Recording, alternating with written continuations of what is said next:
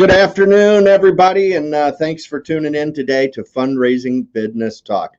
My name is Patrick Cyber. I'm the primary and owner of G Events and the principal auctioneer here, focused on fundraising auctions and special events. And I'm so happy you could join us. We do this show once a week on Wednesdays at noon on the West Coast time, so that we can share what the latest and greatest trends are in the industry. We encourage you to use the chat to type in where you're tuning in from today, or if you have a question for myself or our guest, type it in the comment box, and we'll be able to see it, and we try to answer all the questions as best we can. Joining me today is a good friend and a longtime client out of Eugene, Oregon. She is the executive director of the McKindu Children's Program. Please welcome Mrs. Diana Richardson. Diana, how are you? I'm good, Patrick. Thanks for having me. Well, thanks for joining us. We had a fantastic event this last fall for McKindu, and we're going to talk all about that. But to get us started, let's go ahead and share with our friends out there, what is McKindu Children's Program all about? Well, we are an organization that feeds, educates, and cares for 575 kids in sub-Saharan Africa, in Kenya, in a very dry, arid region that is in perennial drought. And it's a huge AIDS and HIV section, unfortunately, because McKindu town rests right in the middle on the highway between Nairobi and Mombasa. Nairobi is the capital, Mombasa is the port town. So there's many, many trucks that travel that road to and from. And unfortunately, they have spread the AIDS virus, which has created many orphans in the area, and we've stepped in to care for them. That's awesome. And you guys, Winnie Barron is obviously your founder. Yes. A nurse there in actually in Brownsville, Oregon, working in Eugene. Yes. Founded the program, and you guys have just done phenomenal work. But as yes. when I hear about the disease AIDS, and from our conversations, obviously, 2020 was a special year for many nonprofits. As much as the pandemic affected so many people in a negative way, I think a lot of our nonprofits saw more demand than ever for their services. What can you share with us about the impact of the pandemic on the Children's Center down in McKindu and the organization as a whole? Well, Kenya, just like the United States, had to shut down due to COVID, and they had the social restrictions. They stopped school in March, and they just restarted school on January 4th. So the kids missed almost an entire year. They generally get fed at school. And so since they weren't attending school, they were not getting any food. So we had to step in and make sure that they had food. These kids often have compromised immune systems, and so proper nutrition is extremely important. So because of that, our expenses skyrocketed, but it was a necessary expense. Now, the kids, having been so intimate with AIDS and HIV, they are scared of viruses. And they have lived this last 9 months thinking that they're going to die, or that their guardians are going to die, people they know are going to die. They're much more scared than we are here in the States. But keeping them fed is helping to keep them healthy and happy and calm. Wow, unbelievable. And you shared with me at one point, we went from feeding the children who were coming to the center to actually feeding the household of those children. So it was exponentially more expensive, 15, 16 times per month what you had spent in the past on taking care of those children. Yes, you are correct. We have 575 kids enrolled in our program, but of course these kids live in households with other children who may or may not also be enrolled in our program. So we chose to feed the households, provide a month's worth of groceries, if you will, to the households. So instead of just servicing those 575, our numbers jumped up to about 1,800 kids and their guardians we were feeding. Wow. Money well spent. Unbelievable. So, Yeah. so let's go back in time a little bit here to the spring. We've traditionally worked together on your fundraising auction and dinner in the fall, but in the spring, you and I got to talking on the phone, and you were like, "Wow, we're so overwhelmed with our response to everything that we're trying to do." I think and it doesn't look like we're going to be able to gather, Patrick, in the fall. You know, we need this fundraiser more than ever. I don't want to put words in your mouth. We need the fundraiser more than ever, but we can't do it, right? Yes. And, yes. and that's where you and I started talking about, you know, maybe the only solution is virtual. Yes. And that was almost a foreign word to you at that point. Is that a fair statement? Yes, I honestly didn't really know what you were talking about. we got through it, and it turned out fantastic. So absolutely. Yeah, I want to share a picture because this is one of my favorite pictures from our time in doing virtuals this year, because I think your studio may have looked the best, right? I'm going to share it with our crowd. But this is where we made the magic happen, right? This is at the AV department. Our good friends at the AV department provided, I mean, unbelievable the way that they have evolved. I was on the phone with Todd Campbell, one of their owners, yesterday, and he was sharing with me that they've done 170 plus virtual fundraising events since March. Can you imagine? I mean, it was. It's crazy. It's totally crazy. So let's talk a little bit about, you know, people who've watched. I think people have a general concept of what the virtual looks like. But one of the things that I wanted to really share was the impact of the virtual event on McKindu Children's Program. And I wanted to talk a lot about the results, and then how those results have continued to impact the organization well past the night of the show. First and foremost, I think the number one question people ask is, how'd you do financially? Extremely well. Extremely well. We almost doubled the income from the year before. Doubled. Almost doubled. That's how. I mean, that's incredible, right? Yes. I mean, people, you know, we talk all the time as, you know, as an auctioneer and a fundraising consultant. I talk to people all the time, and I say, you know, I know it's terrible out there, and I know, you know, if we turn on the TV, if we turn on the internet, if we're old school and we go look at the newspaper, whatever it is, you think the world is coming down. But what's been incredible since we started doing these virtual events back in March, almost every one of them have had tremendous financial success. And, you know, our community, our donors, folks like that have been incredibly generous in these tough times. It's been overwhelming, and I'm so happy to hear you guys experience the same thing. You know, and when we talk about that, I hear people say, well, the costs are down. But, you know, costs going down, ironically, we also don't have ticket revenue, right? So, you know, yes, we're not paying for a venue. Yes, we're not buying a bunch of meals. We're not buying centerpieces and decorating and things of that nature.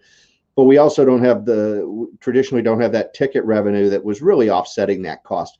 But I think you shared with me that you produced this event, you know, for a similar number than what you had produced it in the past. Yes, it cost about the same. Yeah, and that's because, you know, we'd never had as elaborate audio visual as what I just showed in that picture.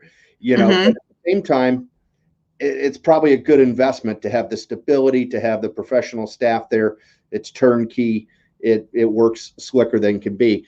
What I'm interested in, though, is that because we move everything to online bidding, right?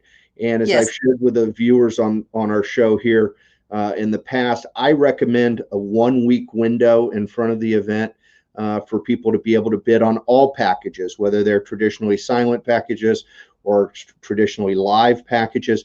Let's start the bidding. If somebody wants to bid, we'll let them bid. And so, you know, one of the questions that we get is that, you know, how's the bidding going? Are people bidding? What did you find?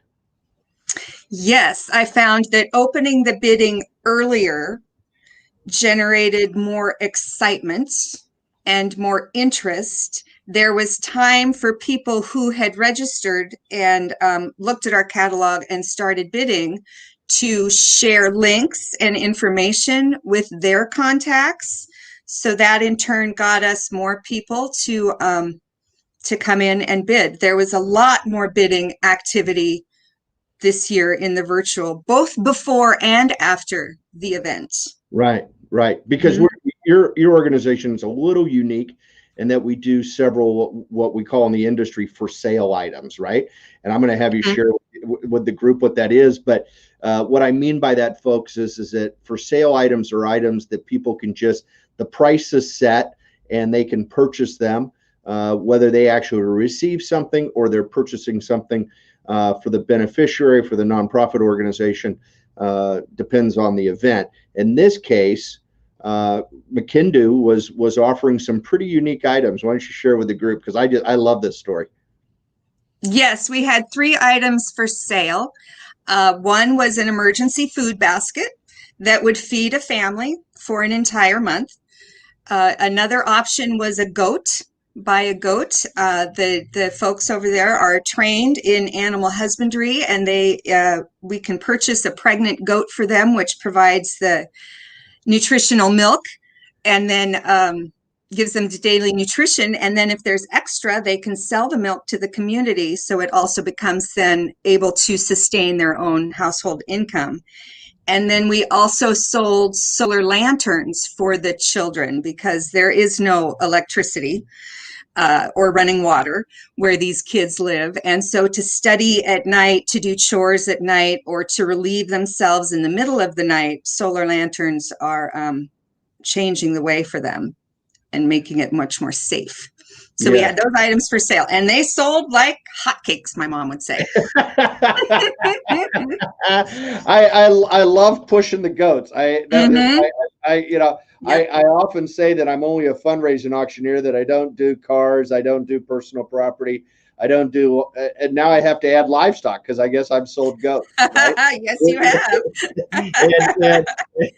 and I think it's such a creative way, and really for what a neat way for donors to have an opportunity to really impact and get a personal sense of what they've done, to change one of these young people's lives by, something as simple as a solar lantern that we all take for granted here, that we just flip the switch when we go to the bathroom in the middle of the night, right? That's not the case there. But to give them something, I can't imagine the lessons that are learned when you get that pregnant goat and you learn all about the husbandry and all. It's just fascinating. What a tremendous thing. We mentioned that they sold like hotcakes, and we talked about items selling for, a lot of the online auction items sold for more than, quite honestly, their value. Is that correct also? Yes, that was a huge difference from the in-person auction to the virtual auction. In the past, we generally wouldn't really get full value for items, on the rare occasion when you worked your magic. But this time around with virtual, there were very few items that went for less than value. So having it open for a longer amount of time, having more people involved, and the excitement generated was a huge, huge benefit to our income. Yeah. One of the things that you said right there that stuck out to me a lot was a lot more people involved, right? And that was something that you and I spoke about when we talked, because when we talked about virtual, we talked about your traditional audience at your gathering event, and they're probably not the most tech savvy group. And that was a legitimate concern, right? That will our friends that have supported the organization in the past and love to get together in Eugene and have the nice dinner and have the auction and raise their paddles and have a good time in this new virtual environment, would they be able to participate? And at the end of the day, we know that a lot of them were not able to participate, right? Right. Yet we expanded the demographics of the group tremendously. As I recall, we ended up registering bidders in 26 different states. Yes. That sounds right. Yes. So from 100% of our folks that bid in this event a year ago being all in the Eugene, Brownsville, Oregon area to 6 different states, pretty impressive. And that's fantastic. And kudos to you, because, you know, we talked about that you had pockets of people who had supported the organization around the country, that had participated in proper safari or been on safari walks, those different type of events that you guys host and do. We even had the group in Virginia at the Shabim. Did I say that right? Yes, you did. Date right this time, because I know I kept using the M word before, but it is Virginia, nope, right? The Shabim. Yeah. So share with me those increased demographics. Were those all folks that had supported McKindu in the past, or were there some new ones there? Well, we had some new bidders, and we also had a surprising amount of new donors from those new bidders, if that makes sense. So in the past, well, we about tripled the number of our new donors, the people that actually gave. And so, yeah, that was huge. And just the ease of being able to share the event with just the click of your mouse. Right. And to get someone interested. You know, I do know one of my college girlfriends was buying a goat maybe 4 days before the auction, and she just sent it out to her contact list saying, "Oh my gosh, this is so much fun, I'm buying a goat." And so that resulted in more people buying goats. So it was fantastic. Yes. Yeah. So as a tool, I mean, it turned out that it helped you grow donors, it helped you increase the bandwidth of the organization, is unbelievable. I mean, those are the results that we talked about being possible before we quite honestly had any proof that they would be, right? I mean, you know, when I first did my first virtual back in March, you know, I found out 24 hours before the event that we were going to pivot to virtual, and you know, I encouraged them to send the information, the live stream information, system wide is what I called it, was to all the people in their organization. It's a much bigger list than the group that they would have invited to the actual gathering event. And the next day we took a donation from Boston, Massachusetts, at a Portland, Oregon event. And I thought, okay, this does work. And then when we got together and did your event, that was the most remarkable thing to me. In fact, I did a short video on it. You know, 26 different states, almost, you know, 3 times the number of new donors. I mean, that's incredibly powerful. But, you know, Diana, the interesting thing to me too is that the event didn't end when we signed off the air that night, did it? No, we kept the bidding open, and then we had the recorded show as well. So as you state, we have donors in 26 states, but we also have donors worldwide. And so it was not possible for the people in Kenya, unless they wanted to set their alarm for 3 a.m. to, you know, tune into the event. But since we had the recorded event, our supporters in Kenya, in Australia, in India, in Abu Dhabi, they were able to view the event, participate. We kept the option to just donate and purchase the for sale items. The auction, of course, had ended, and money trickled in from those folks who were able to watch it later for, you know, a good 2 weeks afterwards. Wow, that's amazing. And then, you know, one of the cornerstone or best practices that I really promote in the virtual event world is testimonial videos, right?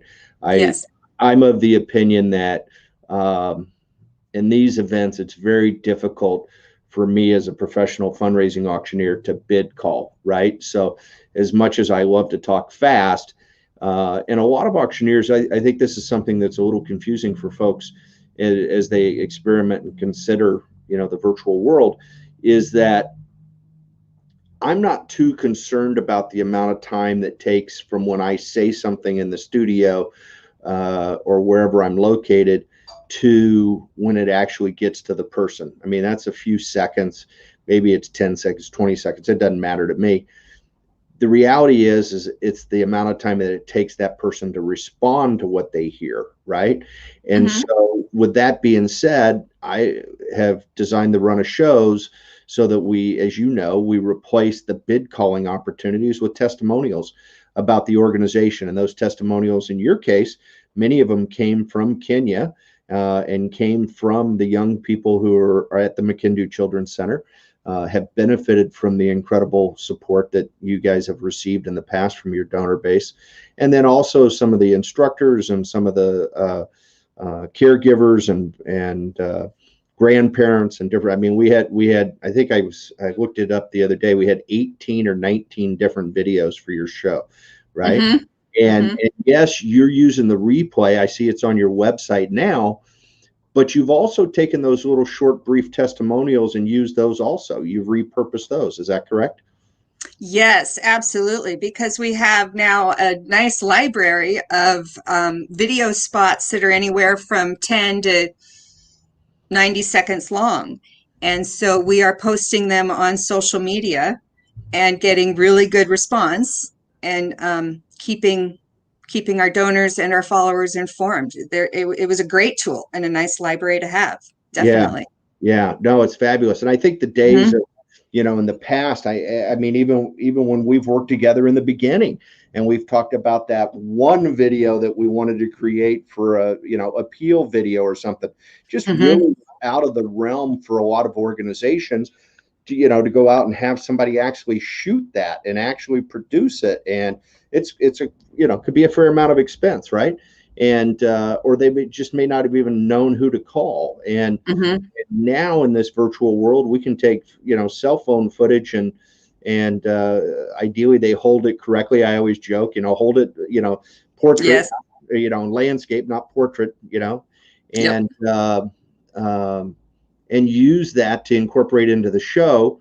It's COVID friendly.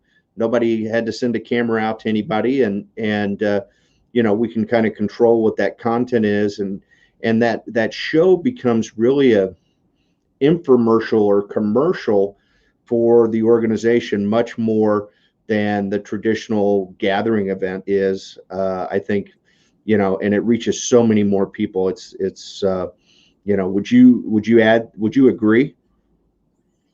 Oh, absolutely. Absolutely. It has become an infomercial, and we direct people to the recording almost daily. Yeah. Absolutely. To give them a good idea of who we are, what we do. And because of all the videos that we have of the children there in Kenya on the ground, it's much more personalized than anything we could have produced or interviewed here, Right. Yeah. No, it's powerful. Well, Diane, was there anything else that you experienced that you'd like to share with the community out there, that why virtual worked for you guys, or things you were surprised by, or are you any fear of having to do virtual in the future if our society demands it? Not with you by my side, Patrick. I can do it. Thank you. As long as you don't have to run the camera, you'll be okay. But yes, going into it this year, I was scared that I was in over my head because I couldn't envision the final product and how exactly we would interact and motivate the donor base. But boy, it turned out to be just way more impressive than an in-person auction. Now, an in-person auction definitely has its benefits, and this, but if we're still under social restrictions for the rest of this year, then by golly, we'll be doing more virtual events.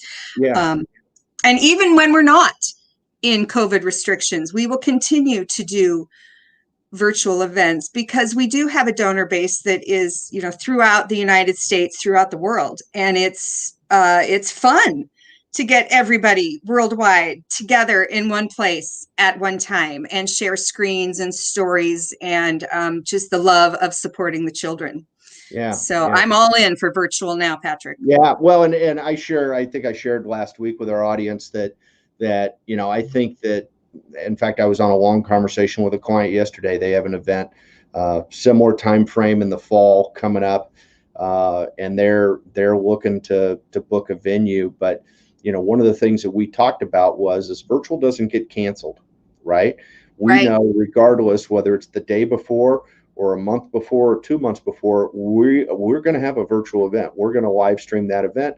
We're going to have online bidding. There's very few things, other than acts of God, that could really change that. And I think moving forward, the prudent way to approach these things is to plan on live streaming your event and adding an audience as society allows, right?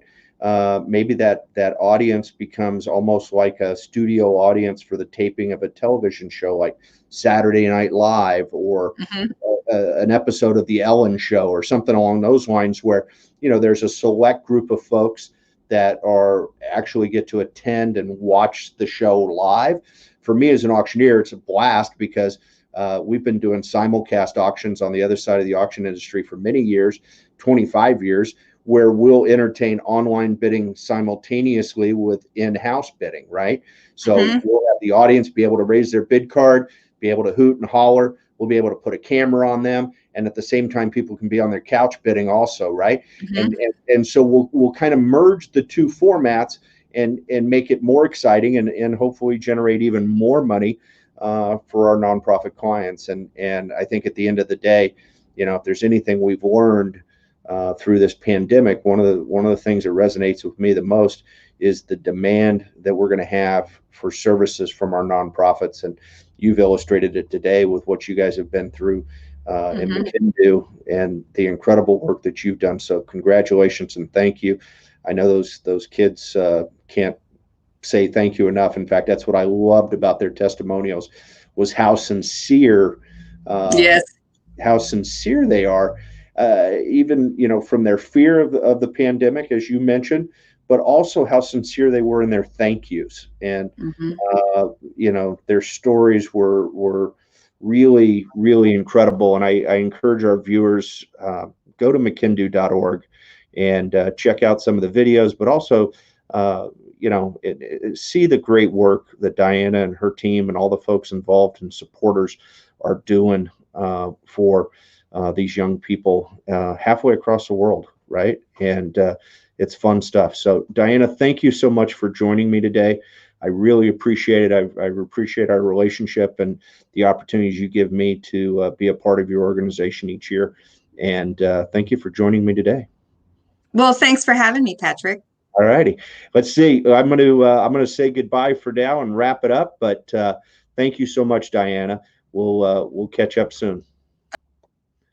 So, folks, thank you so very, very much for joining us today. I want to encourage you once again, McKindu.org, wonderful organization doing phenomenal work for these young people who quite honestly just don't have a lot of help and are in a tough spot. And because of Winnie Barron founding the organization and Diana steering it in the right direction and making it all happen, and all the donors who support, whether it be the gathering events or whether it be the virtual events, it's been phenomenal. I want to encourage you to always join us on Wednesday. Fundraising Bidness Talk is live every Wednesday at noon Pacific Standard Time. Next week, our guest is going to be a lot of fun and be fantastic for our friends in the fundraising community. I'm going to be joined by Michelle Anderson from auctionpackages.com. Auctionpackages.com provide procured trips and experiences that the nonprofits can take advantage of the incredible pricing that auctionpackages.com have, and then turn around and sell those for more money and keep the difference. And I'm going to share with you how important I think that is in our new virtual world, give you some tips and tricks to maximize that opportunity in your event, whether it's a gathering event, a hybrid event, or a virtual event. Give you some insight on how to maximize your opportunities with consignment packages, and especially from our friends at auctionpackages.com. So thank you so very, very much for joining us. We look forward to seeing you next Wednesday at noon Pacific Standard Time. Until then, catch us on Facebook or on our YouTube channel, and also all of our episodes are in the Fundraising Bidness Talk channel on Vimeo. Thanks again for joining us, and I wish you all the best for a great week. And if you have some fundraising events going on, I hope you have an incredible amount of success. Don't hesitate to reach out if we can ever be of assistance. Have a great day, folks.